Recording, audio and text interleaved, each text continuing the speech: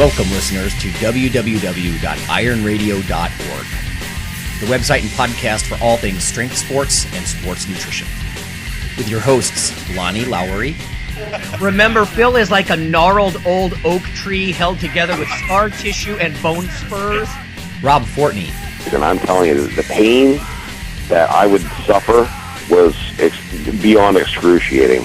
And Phil Stevens. Do it, Rob. You'll kill all those nerves. Thanks for listening.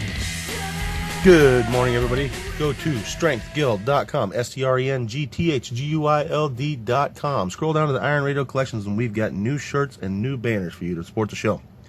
Everything from just a regular banner, regular shirt, to ones with sayings on them, like Lonnie's Phil is like a gnarled old oak tree shirt. And some news for you, we're going to have some contests for people who own these shirts and things. So if you support the show, we'll let you more on that later. So if you get in on these early, you can be one of the first people to win some prizes.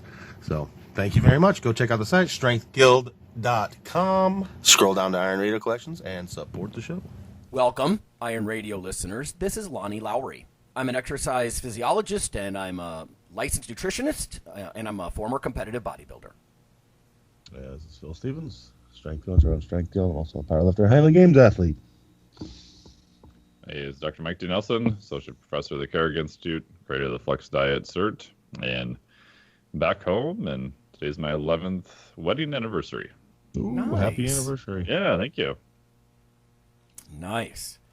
Yeah. Today, I just want to start with Phil. Phil just had his meet. Let's hear about it.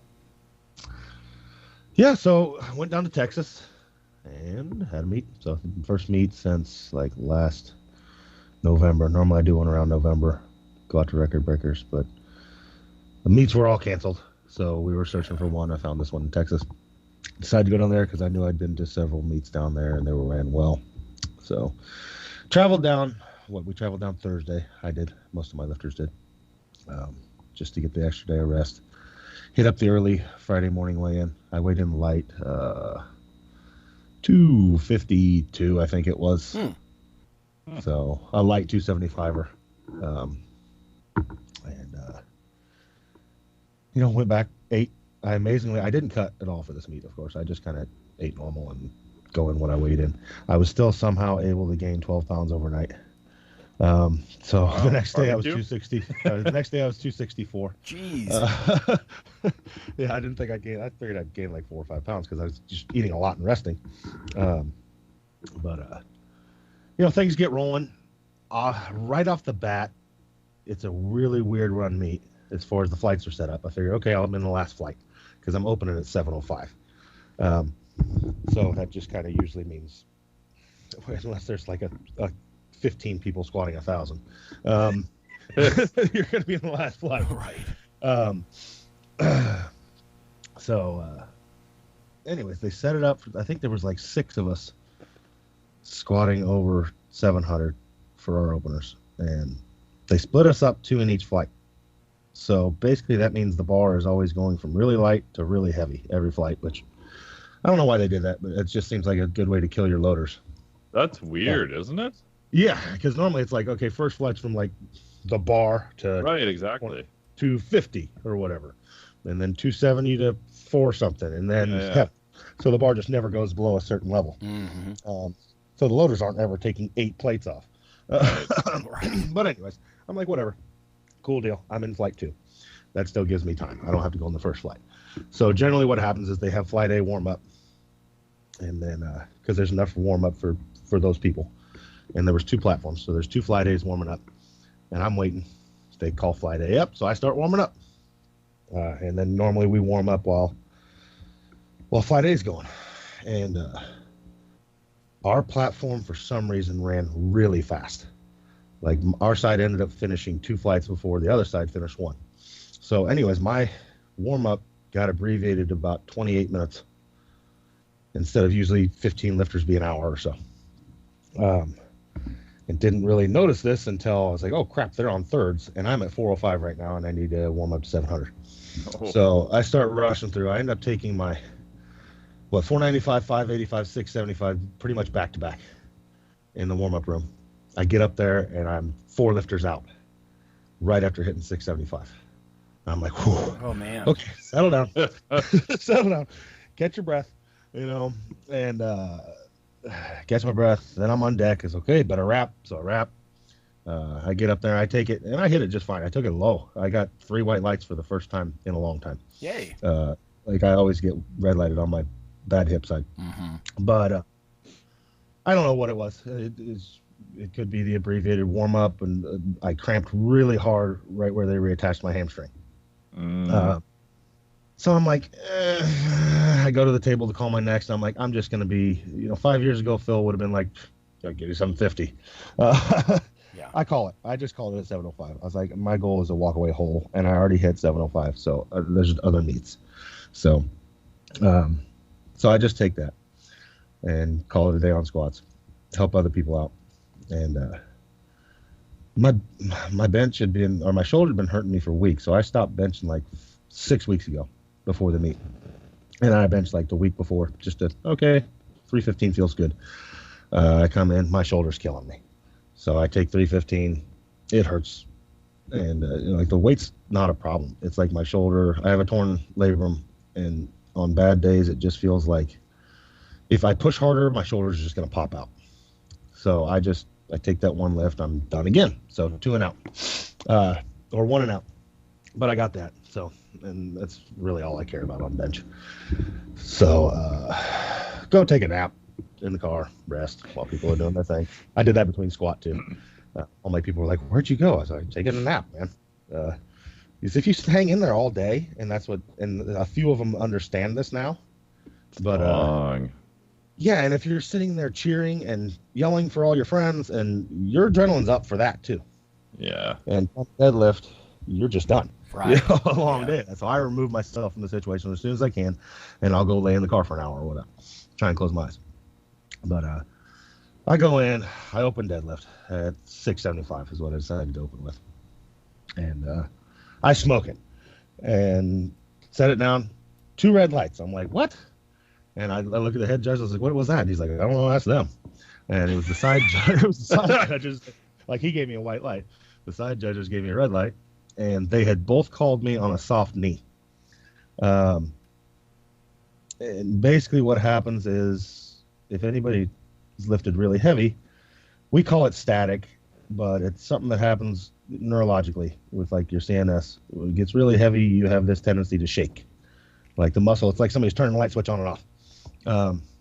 And I was at lockout, and my left leg was doing that. It was just really fast, kind of twitching, which it does all the time, has forever. And they called that on a soft knee. And after the fact, the next day, the guy that ran the meet called me and apologized, said, yeah, that was a bad call. But he said that was just uncontrollable shake, and, you were locked out. But anyways, I'm pissed at this point. and they're like, don't worry, you can just take it again. Just take the same lift again, and it was really easy weight for you, and you pick it up. I was like, no, fuck that. I put 50 pounds on the bar. I'm going for a national record, and I'll just show you how it's done. So I'm not doing that again. Oh my god. So I'm mad at this point, and my turn comes up, and I hit that. It was 714 or whatever it was, and the head judge says down. I just hold it, and I turn my head and look at the side judge. It's like, is that good? Can I put it down? And Cocky. She just shakes her head, and yeah, it's good this time. And that's when I could set it down. So, and the whole crowd's just cracking up. They're like, talk to this lady. Because I picked it up and I was like, this one has to be good. I'm sitting there talking while I'm lifting it. Right. And then I asked her if it's good. And the head judge is like, man, you held that a long time. I was like, yeah, I can stand there all day. It's not a grip issue. So, yeah, that's what I hit. And so, I mean, this will be my 3rd meet that I've hit 700 and 700. So, squat and deadlift. And all in all, it was a really good ran meet. I mean, it was fast. That was my fault, not knowing, just being in a new area with meets. I'd coached at those meets, but I didn't expect it to run that fast. If it had, I'd have been a little more swift with my warm-ups, especially my early sets. Like, it's really easy for me to go. I could have went like 135, 225, 315, 405 in a few minutes, and not wore myself out at all. Mm-hmm. which would have been much easier than doing what I did, which was take my time on 135, 225, up to 405, and then have to take 495, 585, 675 really fast. Yeah, the big ones. So, that was my fault.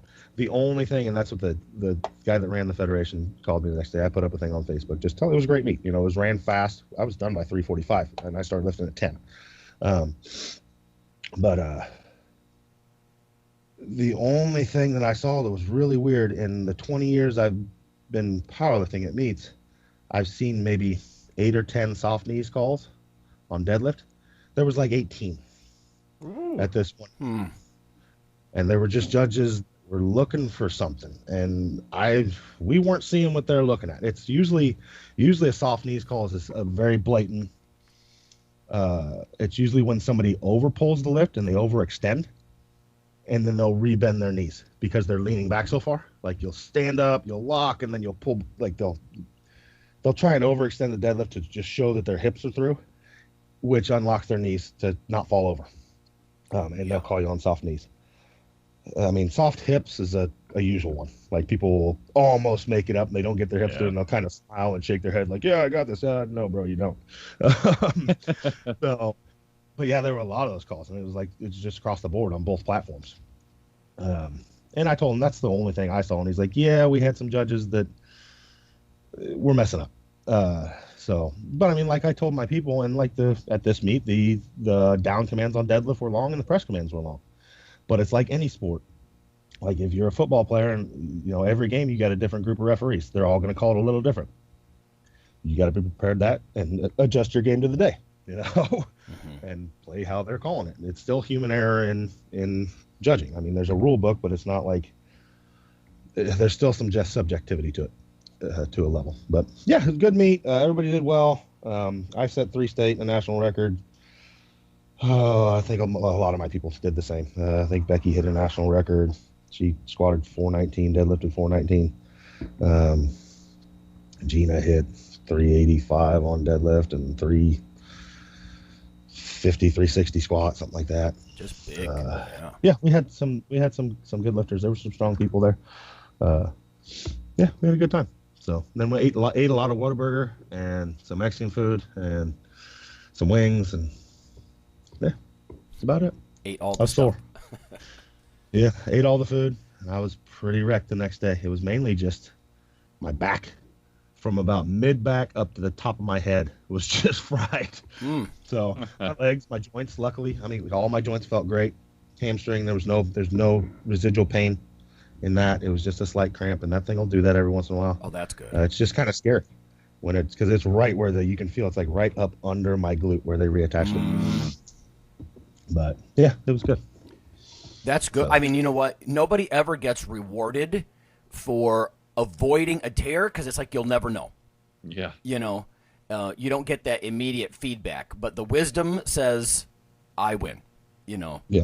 Yep. Because right now you could be talking to us with, oh shit, I got to go back into surgery. And that's one thing I wouldn't going to do. Right on. I can't help but think you pulled a little bit of a Captain Kirk. Like with all that weight, you get aggressive and you're almost pulling the cocky, like, is that good? Yeah. Huh? Yeah, and that's how I was. Yeah, I put the video up on Facebook and stuff, and yeah, I was definitely like, is that good enough this time? And with some attitude to it, but yeah. Because anybody who's at 100.0% of their ability cannot do that. You can't look left and right and be like, how's that? Okay? You want a little more? And I mean, literally, I'm like still 6 inches from lockout, and I'm sitting there talking like, oh, this one's got to be good. You guys got to give me white lights on this. I'm talking as I'm picking up 714 pounds. And you just can't do that if you're maxed. You just can't do that. Yeah. But then I was toast. I took another jump after that because I went to the table and they're like, yeah, you want to go up again? I was like, yeah, the crowd seemed to like it. Go ahead. Give me a higher lift. And yeah, I was just done. So it was the end of the day. And I tried. It moved a couple inches. But there you go. Sweet. Yeah. That was because of COVID and everything. How many times have you competed in it? Because normally you're the one amongst us. You're constantly, on the platform. Oh, this is my first meet since last a year ago, November. Wow. So yeah, that's a long time for me.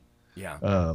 There was just no meets that I wanted to go to. So, Right. because I've been traveling for meets, it's like if I'm going to do 1 or 2 a year, I'm going to get out of here and get around some other people. And usually it's record breakers, but everything in California is canceled still. Mm-hmm. So we found this one in Texas, and I was like, yeah, it's nice in Texas. It's warmer there. Let's go. So yeah. Awesome. So, Which city in Texas? it was right outside of San Antonio. Oh, okay. Yeah, right outside of San Antonio, a little town called Pleasanton.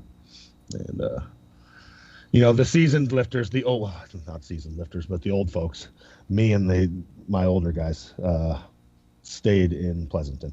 All the young people, they stayed down. We're going to stay down on the waterfront, down on the riverfront in San Antonio. And I was like, nope, I don't want that part of that. Right. We sat in our hotels and ate Whataburger and chilled. So Mm-hmm.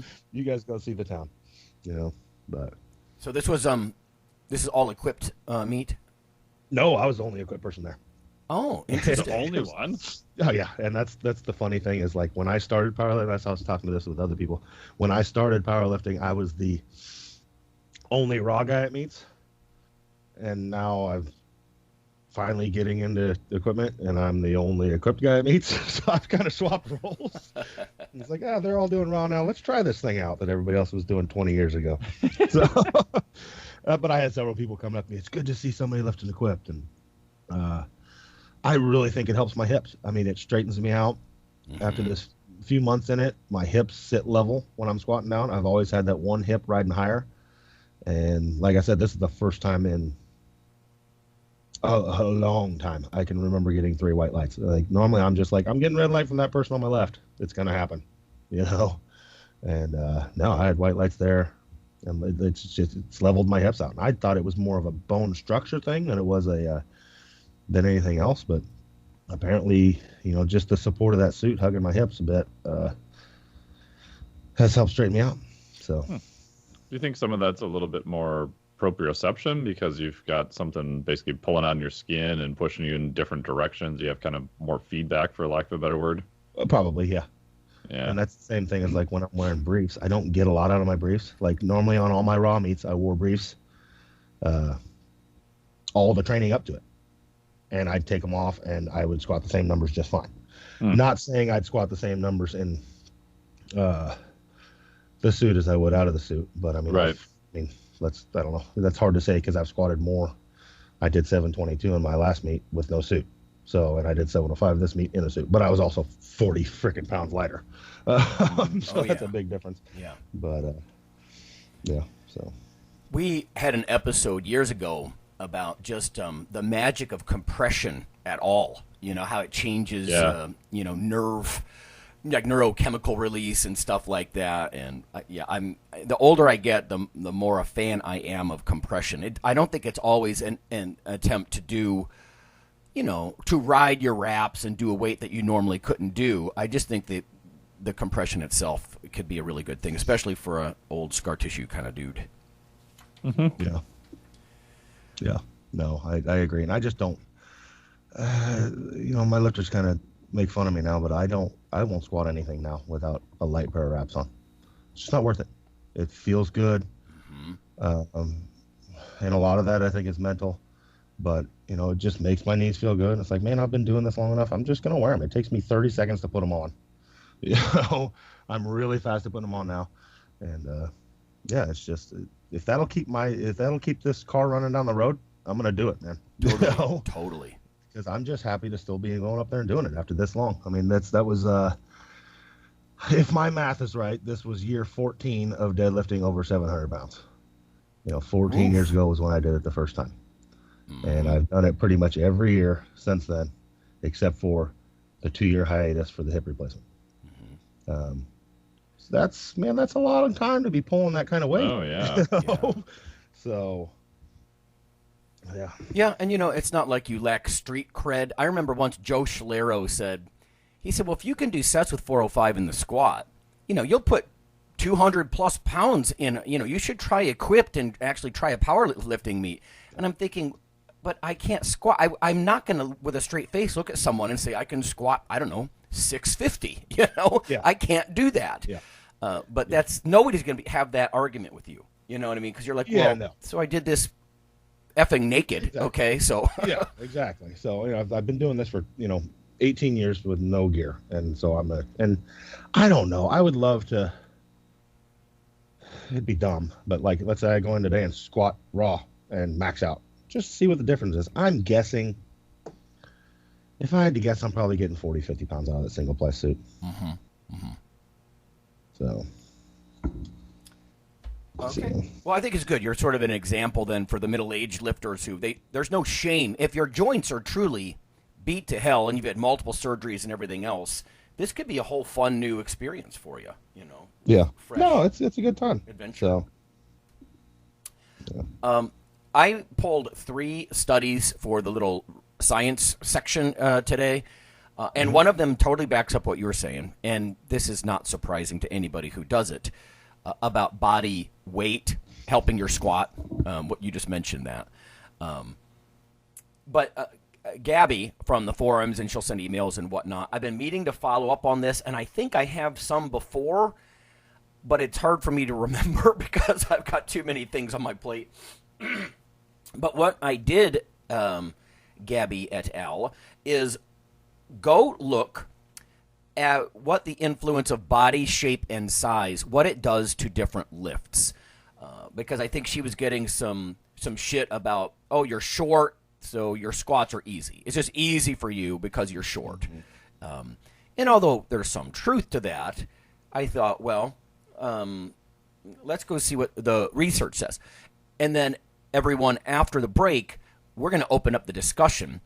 And Phil and Mike are going to be way better resources than I am for this one, but maybe talk about the best squatter, either pro or client, deadlifter, bencher, even snatch, some of the Olympic lifts, and what did they look like? Who are the best that you've seen, and then were there physical characteristics that jumped out? So we can kind of compare notes, right, with what we see in the field versus what the science is saying. So let me jam through. There's 3 papers here. Strength and Muscle Sport News. This first one is from Helen Ryan Stewart. PLOS One. This is back from 2018, so Public Library of Science. The influence of somatotype on anaerobic performance. So I'm not going to give a big rundown of somatotype, but just briefly, mesomorph, meso meaning mass, these guys are thicker. They're not just have a lot of muscle mass, that's true, but, thick necks. Like, you can see a mesomorph in a second. Just heavily built. And that's in contrast with an ectomorph, right? These are the thin, more angular kinds of physiques. Honestly, I think the meso-ecto combo makes the best bodybuilder, in my opinion, because they have little joints, they look shapely, stuff like that. And then there's endomorphs, and those are the guys not just carrying more body fat, but they're more rounded, their face is rounded, sometimes their shoulders are rounded, their hips are bigger. So you maybe think like a football lineman or something like that. So they're looking at this, and you can give yourself a number. It's always a fun little interactive thing. Give yourself a number on a 7 scale from low to high on each of these 3 characteristics, right? Because nobody is 100% mesomorph, almost nobody. So, you might give yourself a number like I'm a 4, 6, 2, something like that, across the, mesomorph, ectomorph, endomorph rating scales. Anyway, so they wanted to look at how does that body shape affect your performance. It says the link between athlete performance and physique is well established, but a direct link between somatotype in the 3-numeral rating system has not been reported. They looked at 36 physically active men. They were 26 plus or minus 10 years old, so not children. Body mass, about 80 kilos plus or minus 13. So they're not waifs. They're not gigantic, but... and it said where somatotype rated scales were used, the Heath Carter method, subjects were assessed for 3 rep max in the bench and squat. Okay, so here's what they found. Positive correlations were seen between mesomorphy and 3 rep max in the bench press. The correlation was 0.56, so that's a moderate correlation. Also between mesomorphy and the 3 rep max in the back squat. and that's a very similar correlation. So a nice moderately strong correlation. So more muscle mass works in a sense, at least. At least, you know, it's related, if not causal. Negative correlations were seen between ectomorphy and 3 rep max in the bench, and it was a little weaker correlation. It was a negative 0.38, but that should make sense, right? If you're thinner and more angular, you know, the bar may have to travel farther. You're just not as heavily built. Joints, muscle mass, whatever. And there was also a similar negative correlation with ectomorphy and the 3 rep max in the back squat. So again, the thinner, more angular guy is going to struggle. That's probably not surprising, but it's neat that they give actual numbers, you know, on how much. So here we're talking about, you know, maybe 10% of the variance in these things, you know, as far as being thin and angular in these performances. It says mesomorphy was the best predictor of the 3 rep max in the bench press, with 31.4% of the variance explained. So about a third of everything that goes into a big bench is how mesomorphic you are, essentially. It says a combination of mesomorphy and ectomorphy best predicted the 3RM back squat. Now that's interesting. So combo, right? Again, the thick neck, heavily built type versus the more angular people. And then they just sort of conclude around 1/3 of strength performance is predicted by somatotype. So I thought that was interesting stuff. Again, mostly focusing. There's a muscle mass component here. I don't know, Mike, have you done much somatotyping stuff or any thoughts about that? Not too much. I mean, there's some, like you said, some data to support it. And it's just kind of one of those things that you do tend to see is associated also just from looking at people and, you know, their structure and muscle mass and, you know, joint thickness and things of that nature. But I haven't done a whole lot of reading a ton of research on it, to be honest. Mm-hmm. This next one I want some feedback from Phil for sure. This is from Furland et al., International Journal of Exercise Science 2020. The relationship between physical characteristics and maximal strength in men practicing the back squat, bench press, and deadlift. So they're going to get right to it. 18 male junior drug-tested classic powerlifters and 17 NCAA Division II American football players, anthropometric measurements, right? So, you know, tape measures, caliper, girth kind of things, were taken, and then they compared it with maximum strength results in a powerlifting meet and then some other ways. Here's what they found. Greater Wilks in the back squat generally presented with higher body weight. And again, you just mentioned that, Phil, as far as when you were heavier, you know, your numbers are just naturally bigger. Better Wilks scores with higher body mass index and body fat percentage. That's interesting.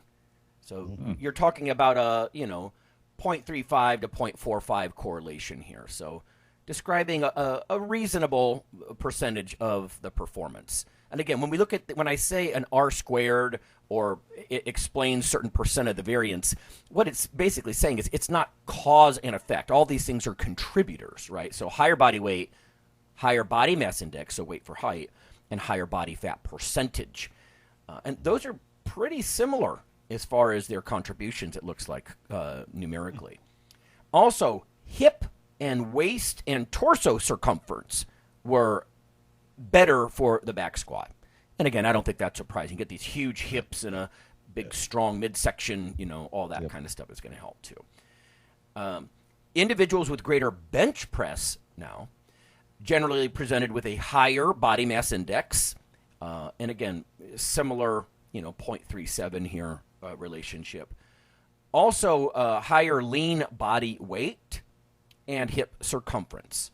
Now, the hip circumference I thought was interesting, that would correlate with the bench press, but, you know, you need driving force, I suppose, and it's also suggestive of just heavier built dude, people, I guess. Yeah, and it probably changes your biomechanics a little bit, too, if you're going to be able to push your hips up, per se, and still have them touch the bench, right? You can probably get more of an arch and changes the mechanics of it, too. Mm-hmm. Older, shorter, and shorter thighs and trunks.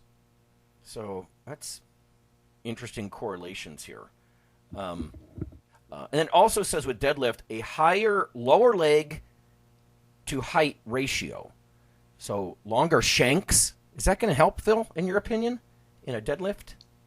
I don't know about the lower leg length. And leg length in general, which we can get into here in the second part of the show when we're going to talk about this more. But yeah, I think so. I mean, generally what I see is long limb people are better at deadlift. Generally, somebody with long legs has long arms. Yeah, I think it's not often you see somebody that's like, oh my God, look at those huge long legs. And then they got short little arms. But this is the kind of stuff where, Phil, I remember you talking about, doesn't this just help someone choose whether they're sumo or conventional, right? And how you go about it, right? I mean, your limb biomechanics are going to help determine some of this stuff, right? Yeah. No, it is 100%. So, yeah. I'd want to see arm length. Yeah. Oh, yeah. For sure. In deadlift? Yeah. Yeah. Yeah, you would think, right? Interesting. Yeah. Anyway, so yes, your limb proportions, let's just summarize, are significant when it comes to deadlift. And I don't think that's going to be shocking to anybody. Yeah, and like I said, I don't have a ton of details here about sumo versus conventional or stance, width and all that kind of stuff. But you think that's how people of different femur or tibia lengths probably adjust, or torso length, you're going to adjust with the style of the deadlift, I suppose.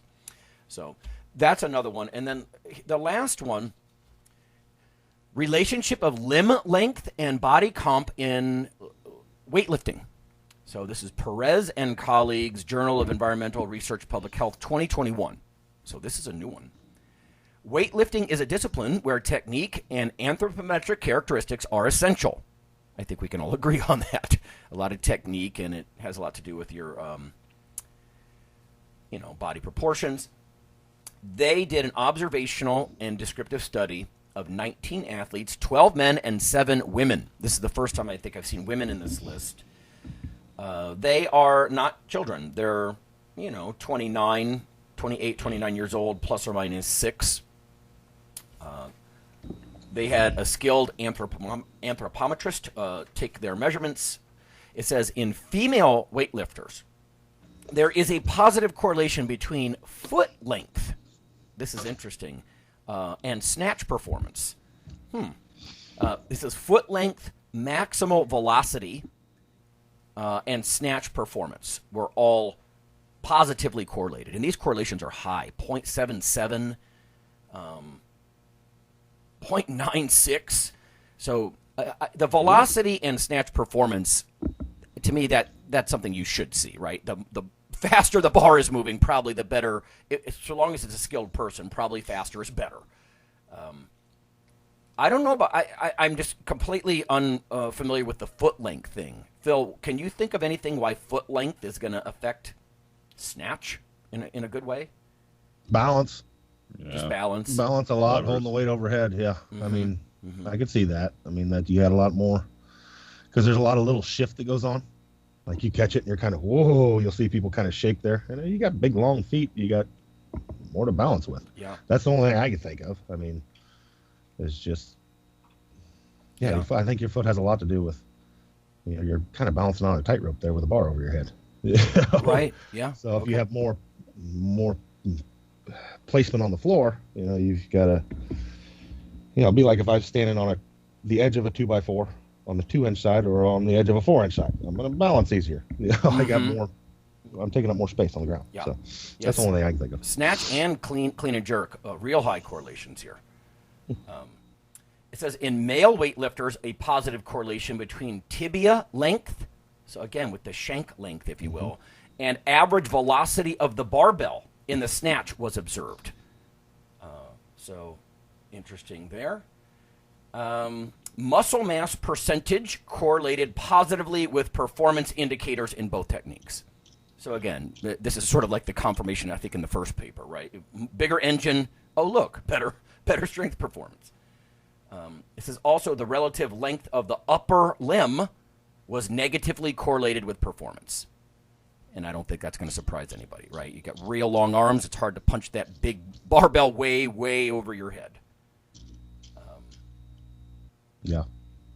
Is that partly how you select people, Phil? Like, if somebody comes to you and like, I'm into Olympic lifts, and you're like, you got short arms, you might have a chance here, that kind of thing, or? No, I mean, mobility is more of just mobility in general. I don't care if you have long arms, long legs. I mean, okay. The sport itself is generally conducive to shorter limbed people, but there are longer limbed people that can do it as long as you can get put a bar over your head, sit to your ankles. If you can do that and not, okay, you have the ability to do the sport. There's not a huge percentage of people that can like come off the street and do that. Especially taller people. They just lack the shoulder mobility because you're taller people, then they kick forward more at the hip. They have more bend at the hip, which means there needs to be even more bend at the shoulder to keep the bar over neutral. Okay. Whereas your short little people, it's kind of straight up and down. You look at little Asians and how they're built, and there's a reason they're good at the freaking sport. They're normally smaller people. Right. So, okay. I'm looking more at limb length. I don't care about your total height. And that's where like the comment to Gabby, I feel is faulty, because people forget that you can be short and have long limbs relative to your body structure. Yes. Mm-hmm. You can be short with really long legs and a small torso. So, yeah. I guess from my outsider perspective on that one, I see someone, if they punch a weight over their head and their arms are fully extended and it looks like it's 3 inches above their skull, that seems easier to me, than if that bar is hovering feet above your. I mean, I'm exaggerating, but above your head. That just seems like that long lever arm with all that weight on it would be really hard to manage with long arms. But. Yeah. Okay, well, there you go. A little bit of what's out there. I just encourage everybody to go look at that stuff themselves if you're interested in what body shapes might at least affect, or even enhance how strong you are in various lifts. Okay. Yeah, for sure. That took a little bit, so we're going to go to break. When we come back, I'm just going to ask Phil and Mike, like, what do you see in the trenches? The best lifters, of all time, or that you've seen, and did they overcome, like, not having these body shape characteristics or muscle mass, or did they exemplify them? Right. So we'll be back.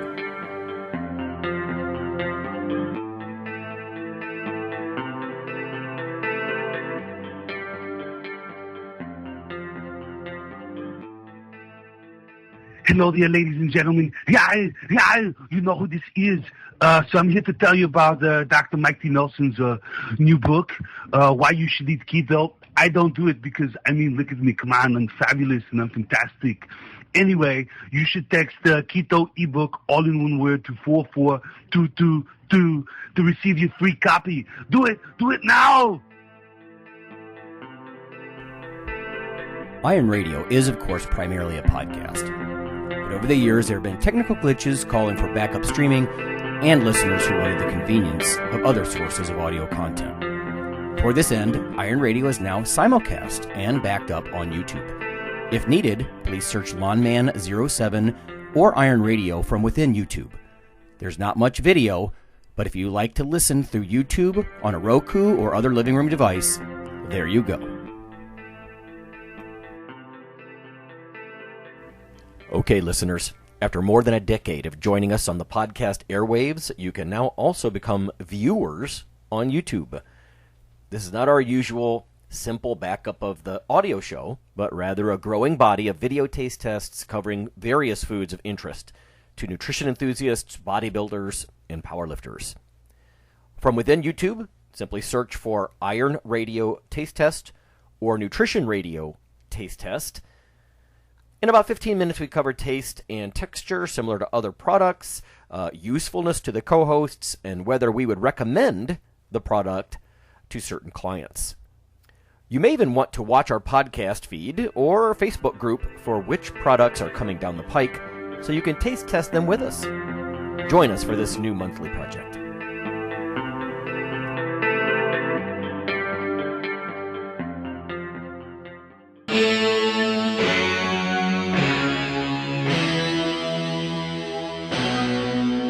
Like your weekly fix of Iron Radio? In addition to being a popular institute on iTunes, we are also on email. Simply go to www.ironradio.org and sign up for the voluntary email. You'll get a once per week email, no more. That's little more than the show notes and a link to the audio. So go for it.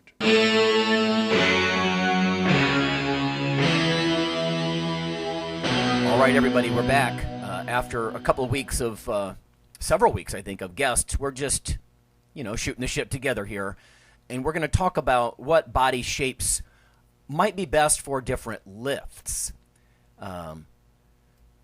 Phil, let's take a look at your travels. So what about, the best lifters and, I don't know, we can start with squat, I guess. Some of the best squatters, and what did they look like?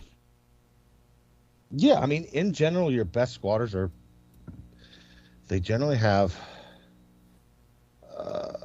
short femurs, and they're thick. They're able to stay a lot more upright in their squat because they're short femurs, so there's less angle at the torso. So it's just a more efficient move than it is for your longer limb people. Your longer limb people end up bending a lot more at the waist to get down to depth, just because they have to. If you're going to keep the bar over midfoot and you've got really long legs, if somebody has 14-inch femurs and somebody has 23-inch femurs, they're automatically going to tilt a lot more at the hip. And you're going to, every angle, then you have this multiplier at the knee angle, the hip angle. Each one of those creates a lever arm that exponentially increases the weight. Whereas your people with short femurs generally have very little hip bend. They're very upright in their squat, so everything's on their hips, and they just have these huge quads that can stand up with. And that's regardless of height. To a point, you start when I've worked with some NBA players and stuff, and when you're like 7'6", that's just a long way to go down to get to parallel. No matter, I don't care how your legs are built. But yeah, in general, I mean, you're 6'3" guys all the way down to 5'6" or whatever. It's generally people that are pretty thickly built, like a Mr. Ed Cohn. He built kind of like a short, stubby tree trunk. And they're just able to squat well. They're just built for it. They've got a thick midsection, and just big hips and ass. And they're just they're like a piston. They go straight up and down. There's not much wasted movement. There's not a lot of shift back and forth away from center of gravity in their body in general. Whereas your longer limb people, there's just a lot of body moving outside of that center of gravity. Right. Right. Now, I'm no biomechanist. I mean, I'm a nutritionist, for God's sake. So that's why it's fun to ask this. So, what about if somebody is really, shorter femur, quad dominant? Are they going to be higher bar lifters? Are you going to try to encourage everybody to be a lower bar lifter? How do you determine that, or, No, generally, your shorter limbed lifters can get away with high bar a lot better. And that's why, most of your Olympic weightlifters, if you look at them, most good Olympic weightlifters have short femurs. Yeah. They just do. It's the nature of the sport. And they have shorter arms. And they can sit straight up and down like a piston. It's just like, Ed Cohn's kind of that way. He could sit straight up and down. They can get away with high bar a lot better. Whereas somebody that's longer limbed, again, now we have that bend in their torso at the hip. You got high bar going on, it's going to try to take your head off. Yes. Because you don't just have shearing force going on, not just load pushing down on your spine. As you bend at the hip, it's trying to shear your spine, and it's going right through your head. So we'll shift people more to low bar in general, longer lived people. But I mean, shorter limb people get away with it too. I mean, you go into powerlifting because the other thing is most short femured people are mobile at the knee more so than longer limb people. They can sit down to their ankles. So by going low bar with them, we generally cut their depth a little bit and get rid of wasted movement. Like, why in a powerlifting meet do I want to squat 5-6 inches below parallel when I can get away with being 5 or 6 inches higher? So, and we get a little more ass involved and things like that, as long as their back's strong enough for it. So, got it. That's the caveat. I mean, a lot of times some of your shorter limb people, the biggest thing we need to work on shorter limbed, longer torsoed people is their back and core strength. Because in their daily life, they're just not used to it. It's like I do these things at seminars. Well, I'll pick out 2 people in the crowd that I can just scan it and see who has short limbs and who has long limbs. And if I drop something on the ground and ask them to pick it up, that short limb person is generally going to squat down and pick it up.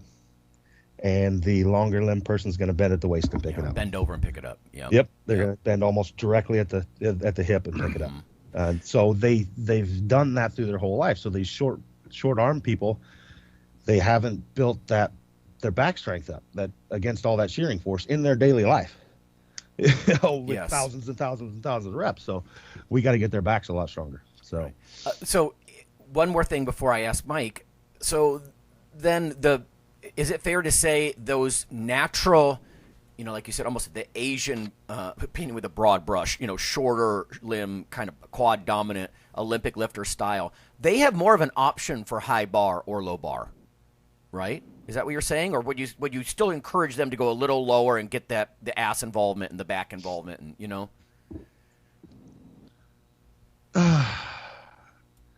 or just depends on the person? We're going to mix it up. It just depends, man, on what they're better at. At a certain point, early on, we're going to try a little bit of everything. I'm not one of those powerlifting people. I'm not a powerlifting coach that's like, you have to be low bar. Hell no, man. If it works for you, let's do it. Let's roll with high bar. I don't care. Yeah. Whatever you can do the best, and it doesn't. Generally, when you find somebody's squat, it just looks good. It looks natural to them. Yeah. You can tell somebody's like, yeah, that's a squat, but something's wrong. You're straining somehow. It's just uncomfortable looking. So I've got lifters that are way off the board. Like you would think they should be a low bar lifter, and they're high bar. And that's okay. We mess around, and that's the same thing with foot width. It's finding the difference. I tend to push narrower than wider, just because it's generally better on your hips in the long run. But there's not a lot of people built to have a really wide stance over periods of time. I've seen it leads to lots of hip pain in people. But not so much with the high bar and low bar. So okay. Yeah, I mean, when I've read about anatomical variations between people and the angle, their femoral neck and all this kind of stuff, I mean, there's a lot of things that come into play, I imagine. Oh, yeah. I mean, that's like me. I mean, if you measure me, and I just did it a second ago because I forgot what it was, I am like 18 inches from shoulder to hip. Just my femur is 24 inches. And then you've got leg below that. So, I mean, I've got like most of my height is leg. And so what do? I bend over at the hip, and even in my squat, I've changed it a lot, but I'm still bending at the hip a lot, and it's taken a lot of practice to be a good squatter. But that's the reason my deadlift is damn near stiff-legged deadlift. I mean, I bend over, and that weight is just not multiplied by a lot. I can bend more at my hip than I do at my knee, and it doesn't multiply that weight. Right, that makes sense. Because it's such a short lever. It's like picking up, the analogy I like using is it's like picking up a sledgehammer. Are you going to grab it way at the end of the handle, or are you going to choke up? Me bending at the hip is like somebody choked up on a sledgehammer and picking it up. It's just easier. Yes. It's just right for me. Yeah, the metaphors are helpful. Yeah. Yeah. So. All right, Mike, how about you? Any, general agreement with the squat? Anything you can add to this squat? And then let's also move on to like benching. Yeah, I mean, I agree with everything Phil said, and I don't do a lot of training of powerlifters in person, but even just some stuff online, it's a lot of times I think you're, like Phil said too, you have what's perfect in kind of the physics world, and then you have whatever their structural, anatomical, mobility, motor recruitment, whatever their limitations are in reality, right? So if someone should be a low bar, but they can't even get the bar remotely close to that, how much time do we want to spend on mobility and working on a bunch of other stuff to force them in that position and give up some good training time versus, let's just leave it for now, maybe do some mobility stuff and come back to it again in the future and see if it feels good, doesn't feel good. So I think that's the reality that, coaches are going to be dealing with all the time. Yeah. What about benching then? Like people that you have trained or pros, and what do they look like? Good benchers? T-Rex arms. Yes, T-Rex, short arms, thick. The best benchers, really fat with short arms. Yep. Okay. It's across the board. You look at the world record benches, and they're really big dudes with short arms. So they've got this short range of motion, and they're just they're built for it. Whereas me, I take, not that I'm fat, but I've got long arms. So when I touch my chest, my elbows are behind my back because my arms are so long. Whereas these people, their arm might reach 90 degrees, whereas mine is going to like 120 degrees angle. So. They're just built for it, and it's all tricep strength for them. Yeah. Whereas me, I recruit. Where do I get sore on bench? My chest, and it's because there's so much movement in that pectoral muscle stretching back. Yeah. Because I have to go to such a severe degree of angle, so I'm like really strong off the chest, and I will miss it at lockout because I just don't have the strength up there in these long gangly arms. Mm-hmm. Whereas most of your good benchers are, if they can move it, they can lock it out. Because they've got just short, massive, like big triceps, and that's what they've used all their life, Right. So, and again, we just break it back down to the physics thing. You just have less severe angles and less long lever arms that are multiplying the weight.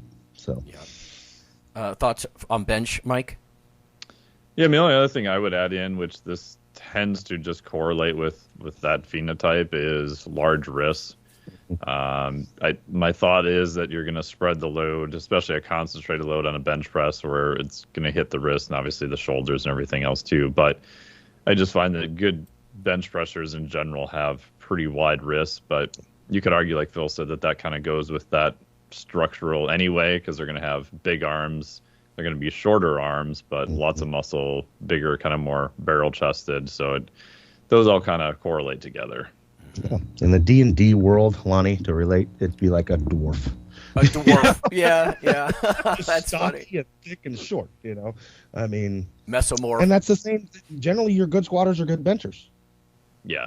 In general. Okay. Those two run together. And what you're going to find is your really naturally good deadlifters are not very good at squat and bench. Yeah. It's just kind of how it plans out. And like I've had to really, really work hard at squat and bench to get it up. Like deadlift for the last 4 years has been an afterthought for me. Like I do it after I squat heavy because I know it's going to be good. It always has been. It didn't take me a lot of work to get to 700. It took me a shit ton of work to get to 700 on squat. And that's, of course, with me, there's multiple issues, injuries and things like that, Right. But still, it's in general for somebody built like me. We're just going to work hard at what you suck at. And I just had to find love in that. Well, let me ask you, because Ed, by far the best, Phil, is he kind of an anomaly in this way? Because, yes. I mean, his bench, you said the best squatters are the best benchers, but wasn't his bench always lagging behind his deadlift and squat? Well, yeah, because if you can say that because he squatted and deadlifted 1,000. Yeah, right. It's all relative. So he still wasn't shitty. I think he was like 600 and some pound bencher. Yeah. So no, he was good. He just wasn't stupid crazy. He was all around good at all the lifts. He was just exceptional at 2 of them. Yeah. So I mean, yeah, his squat sucked relatively to his bench sucked relatively to his amazing deadlift and squat, but yeah. Inhuman, right? Yeah, no, he's just weird because he's short and thick, and normally you mix those. The other problem that your shorter, smaller armed and legged people have is they usually have small hands, and he has huge catcher's mitts. Yeah, huge, which helped them. So yeah, so he has the hands of somebody like Brian Shaw's size in this dwarf. Yeah. So he was just able to do it all. I mean, he was built. If somebody was built for the sport of powerlifting, it's Ed Cohn. I mean, it's a good point that you could talk about something like body mass index, but that doesn't say where the mass is carried, or hand size, or like you said, Mike, wrist girth. There's a things like that. ton of these other things that also play in, but that's why these correlations, they usually explain somewhere like a third to 3/4 of the variance, but not all. They don't explain all of the performance. There's all this other stuff. What about? We'll run out of time here.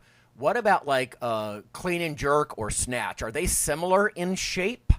And what's best about them? Mike, have you worked with much Olympic lifters or? No, I default to Phil. I don't do Okay. any Olympic Okay. lifting. Like, other than just in person, I can kind of see where you're missing. Let's try some stuff from just a activation standpoint, hands-on work, but that's about it. Okay. So you're talking about are built the same for each lift? Yeah, like a snatcher versus a In clean and general, press. Yeah, I mean, there's multiple reasons to go into it. I mean, it could be as simple as somebody long-limbed like me, just getting down and setting up to the bar. You end up with a bunch of shit in the way because I have to bend my knees so far. I have to bend my hips so far. So now this bar, the fastest route to any location is a straight line. When I'm set up down there, I've got knees in the way. I've got ass in the way. The bar's got to go all over the place to get overhead. Whereas somebody with short femurs and stuff, we can get this very efficient straight path to boom, overhead. And there's not this swinging force of the bar. I mean, people forget about that. Like, you get a load going in one direction, it wants to keep going that way. So the minute that bar starts shifting out away from me, I have to then pull it back. It wants to keep going that way. So if I got somebody with short limbs and stuff, we get this very efficient first pull that is just straight off the ground, and then they can just pull back. Whereas somebody long-limbed, we got to somehow get those knees out of the way, and we do that through several ways, like narrower stance, push knees way out. We have to adjust them to try and accommodate to that lift. Whereas with somebody built for the sport, we don't have to accommodate their body for the sport. It just kind of happens. And yeah, generally your clean and jerkers and snatchers are the same build. Thickly built, shorter statured, short limbs, things like that. Very efficient in the front squat. The best indicator is, two things for me for Olympic weightlifters is let's put a bar on your back and see how far you can squat down comfortably. Let's put a bar over your head and see if you can squat. If you can do both of those, like, okay, we can do this. Where somebody, like, again, I mean, in general, long-limbed people, if I have you squat to like max comfortable depth with a good neutral spine, it ain't going to be much below parallel. And if you want to be a good Olympic weightlifter, I mean, there's a reason, there's a rule, your ass can't touch the floor. It's going to be close to the floor. And you're going to be comfortably sitting there with a neutral spine and be able to stand up. Yeah, I mean, generally they're built the same. I mean, and then you get anomalies. Go ahead. Go ahead. I'm just if I'm going to summarize what I read in these studies and what you guys are saying. I mean, obviously you can't change your tibia length, your femur length, the length of your spine relative to everything else, but a lot of this stuff is obviously there's a skill component, more with the Olympic lifts, but a lot of these things and what you guys are saying is you can always build a bigger engine because body mass index and muscle mass and mesomorphy are good things. This is not going to surprise anybody, right? But it's the kind of thing that you can change. You can add, and maybe not mesomorphy per se, although, you can become more mesomorphic looking for sure. But adding muscle mass and getting thicker, or in some of these powerlifting lifts, adding some body fat and just overall size like the squat, it sounds to me like what you guys are saying is in pretty much agreement with this research. It's the kind of thing that you might work on with a client. Like, dude, you're just weak or you're thin. Yeah. Let's beef you up, Well, and that's the thing is that's a way around it. One of the ways around not being built for both of these sports is just getting bigger. Mm-hmm. If you're long-limbed, most of your good long-limbed people in either sport, they've just eaten and muscled their way to the point they can handle the loads. Muscle it up. And that's, Mm-hmm. yeah, I mean, you can do it. You just have to relegate yourself to realize you're not going to be a lightweight lifter. And that's okay. But then you go to, the same can be said, let's take Ed Cohn and put him in Highland Games. He's going to get killed. He's got short arm. He doesn't have, like, I have the levers I wish I'd have thrown in high school. I wish somebody would have introduced me to, like, shot put and discus. It would have been good. Yeah, it'd have been freaking awesome. I had no clue. Yeah. It just wasn't there. I was long limbed, and you get into sports like that, and it's great. But and that's what I try and do as a coach, man. I really do. Like, I will take anybody. Like, okay, you're not built for this sport, but you love it. Okay, let's do it. Or I'll be like, yeah, you should really try this. You're kind of built for it, and watch. It's going to be amazingly easy for you comparatively. And generally, if something's easy for you to be good at, you're going to like it. Yeah, give it a try. People like being good at things. Yeah. So, yeah. Well, and I think that's why you get a lot of younger people come to you, Phil, and I think it's a good thing is we don't have, I think we've talked about this in the past, and we're pretty much out of time, but how some countries, they actively try to identify people because of limb length or muscle mass or, like you said, just the smoothness of their athleticism. And we don't get a lot of that here. So you could end up with a lot of people that could be naturally gifted in one of the strength sports, and they never get identified, And luckily now we're starting to get some lifting in college. And one of my kids just got offered a full ride scholarship for powerlifting to university. It's like, that's what we need. We need that stuff. Yeah. But then he also got a football scholarship too. So he got offered two, and I was like, yeah. I told him to go play football. I said, you've only got 4 more years of football left. You can power lift your whole life. Yeah. You're not going to, so, and yeah, but it's good. That's the only way we're going to get better at the Olympic lifts and things like that is other countries have a feeding system to their Olympic weightlifting. We don't. We need it at a young age. For gifted individuals. I would love to see it in at least middle school, where they have teams. There's a bunch of kids that are misfits that would love to be part of that, and just they don't do well in a team atmosphere, and they're like wrestlers. They want all the weight on their back. I don't want to rely on this team. If I screw up, it's me. And it's a one-person sport, and it's you against that bar. And there's kids that are built for it, and they're mentally built for it. They just don't have an outlet, right? And they're not being introduced to it. So, well, think about what we're saying with body proportions and muscle mass and everything else. They may not be particularly athletic, like you said, or like team sports, but oh my God, they could be world class in one of these other. Yeah, that's like Ed Cohn talks about. He couldn't dribble a basketball. He just was athletically shitty, but he could swat, man. So, you might have some of those kids. And right now, what do? They end up sitting on their butt watching YouTube, and they could be lifting. Yeah. They just need to be introduced to it by somebody that will show them a passion for it and that it's fun. Yeah. So, well, like you said, that if they just give it a try, they could be like, hey, this is easy and fun, and it's just a natural outlet for them. Yeah, that would be a lot better than becoming sedentary. Yeah. So, in Ed's example, you could argue that was actually a good thing because maybe he would have went off and played sports, and who knows, he might have done really well for that. But if you try it and you're like, oh my God, I'm incredibly horrible at this, I'm just going to go back and do the thing I'm good at. Yeah, most people will. I mean, hell, there's probably a lot of kids playing football that are sitting on the sidelines that could be just great lifters. Yeah. Sure. Yeah. And they just don't have the outlet for it. So. All right. Well, that's good discussion. I think it gives everybody who listens a chance to kind of think about, what they might be geared for, or maybe they love something even they're not geared for it, and how do they, overcome it? Maybe what's going to help them be gifted. All right. So good stuff. All right, guys. All right. Thanks. See ya.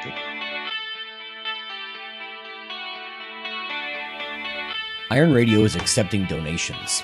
If you like what we do, the professors, the scientists, the bodybuilding show promoters, the athletes themselves in powerlifting and bodybuilding, please consider making a donation or maybe buying something from the ironradio.org store. We also are accepting supporting members. So for $4 a month, which is frankly less than the bank sneaks out of your account in fees, you can step up and support a form of sort of public radio for the bodybuilding and powerlifting and strength community. The Iron Radio podcast and all of the audio on ironradio.org is for informational purposes only. If you're interested in starting a diet or exercise program, it's important to check with your physician. Also seek the help of registered dietitians, athletic trainers, and qualified exercise physiologists in order to make the progress that you need.